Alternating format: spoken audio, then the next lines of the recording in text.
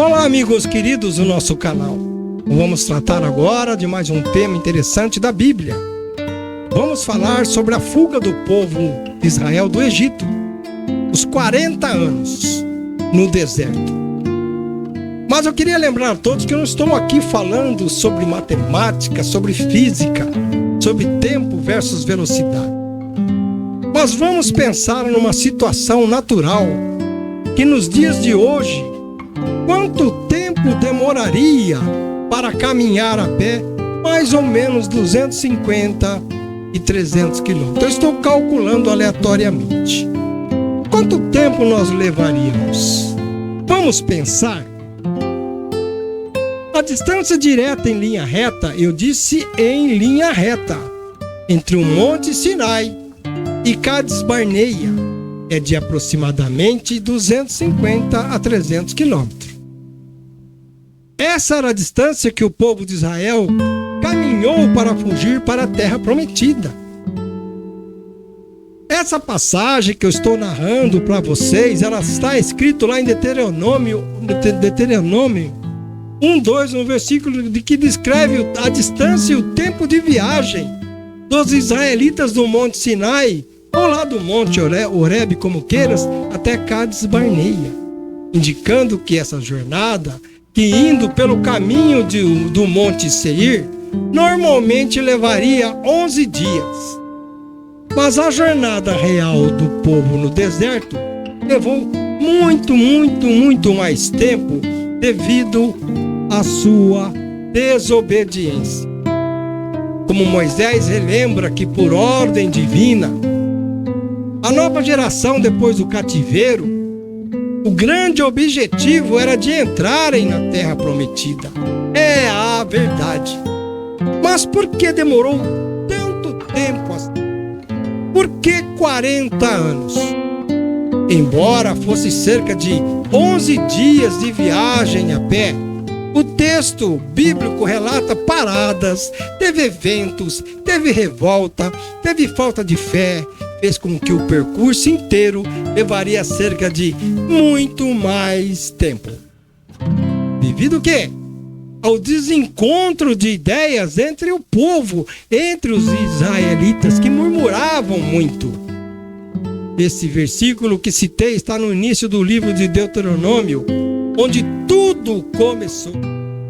Pois Moisés, ele fez um discurso de despedida ao povo de Israel nas planícies de Moabe, relembrando a sua jornada, 40 anos de deserto.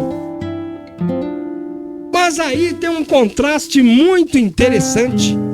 Ele mesmo contrasta o tempo breve de 11 dias que deveria ter levado para chegar à terra prometida, com os 40 anos que eles realmente passaram vagando devido à incredulidade e rebelião da geração anterior.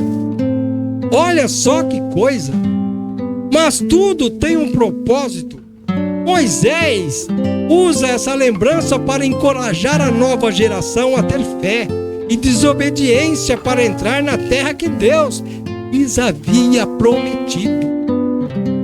Embora não fosse distante, estudos indicam que o trajeto entre o Monte Sinai e Cades Barneia pode ter chegado a mais de 500 quilômetros, 600 quilômetros, dependendo da rota exata considerada pelos historiadores e arqueólogos. Ou seja, ficaram circulando. O Monte Sinai, ele fica ao sul da península do Sinai, lá no Egito. Já Cades Barneia fica no limite sul da terra de Canaã, próximo à fronteira entre Israel e Egito. Tão perto, mas também tão longe. Cades Barneia é local de grande importância, onde os israelitas acamparam, situa-se hoje na região, é uma palavra difícil, de Ain el-Kudeirat, no deserto de Negev, ao sul de Israel, lá perto da fronteira com o Egito. É uma área bem irrigada, localizada a cerca de 80 quilômetros ao sul de Berseba.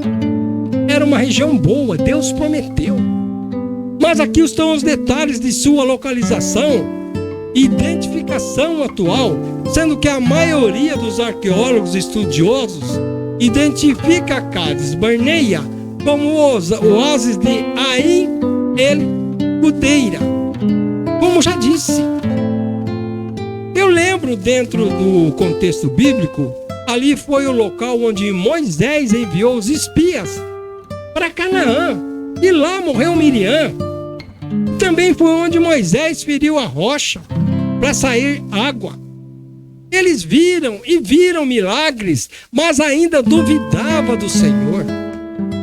O local ele era caracterizado como uma nascente, tornando-se um oásis fértil no pleno deserto. Ali tinha água. Mas perceba que a localidade de Cádiz Barneia estava justamente na fronteira da terra prometida, estava pertinho. Assim poder-se-ia dizer que Cádiz Barneia seria o portão de entrada à terra prometida. Estava ali à frente.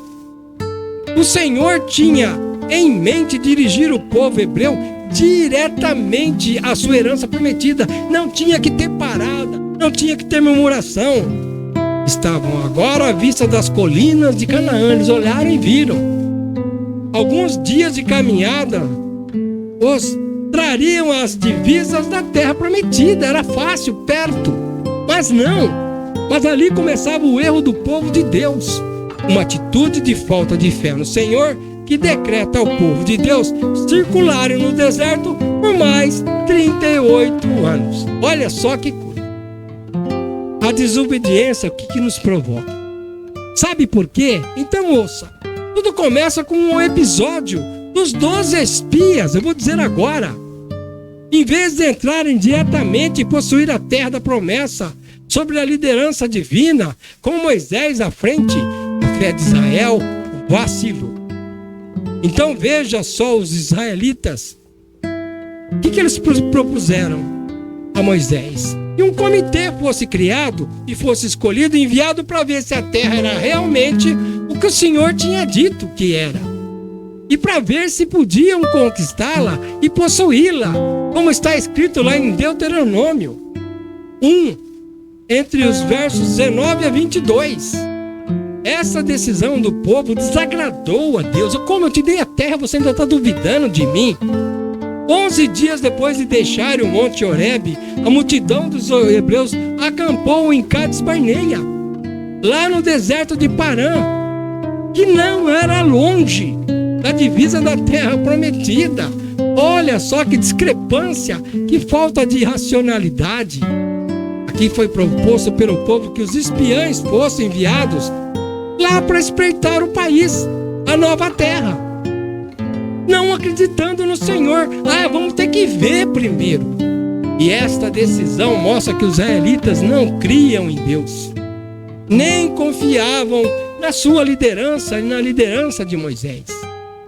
O Senhor lhes concedeu o que pediram, e um príncipe foi escolhido de cada uma das 12 tribos para compor a comitiva de investigação que iria lá olhar as novas terras. Quer saber onde está isso aí? Leia em Números no capítulo 13. É o que eu estou dizendo agora. Vamos seguir com a narrativa. Assim ficaram 40 anos no deserto, principalmente devido à falta de fé, a incredulidade, desobediência, murmuração constante contra Deus e Moisés, resultando em um julgamento divino. O povo não revoltado. Mas para finalizar a história, prestem atenção. Eu começo agora falando da revolta dos espiões, esses 12, que está escrito lá em Números 13.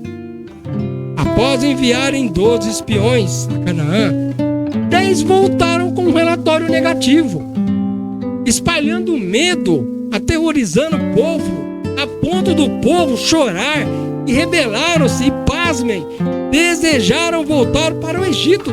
Queria voltar para o cativeiro, ser preso novamente, desconfiando do povo, do poder de Deus. O povo israelita já tinha visto as coisas magníficas que Deus já tinha feito. Mesmo tendo visto lá atrás as 10 pragas que Deus mandou no Egito, a travessia do Mar Vermelho, e receberam o maná que caía do céu, o povo não confiou em Deus e os ajudaria a conquistar aquela terra. Esta incredulidade teve uma grande consequência. E o que Deus fez?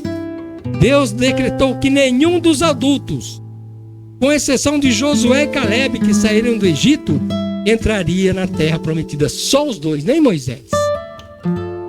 Os 40 anos serviram para que aquela geração descrente morresse no deserto. Mas o que acontece? Mas Deus agiu ali com sabedoria. E esta preparação no deserto foi como o quê? Uma escola.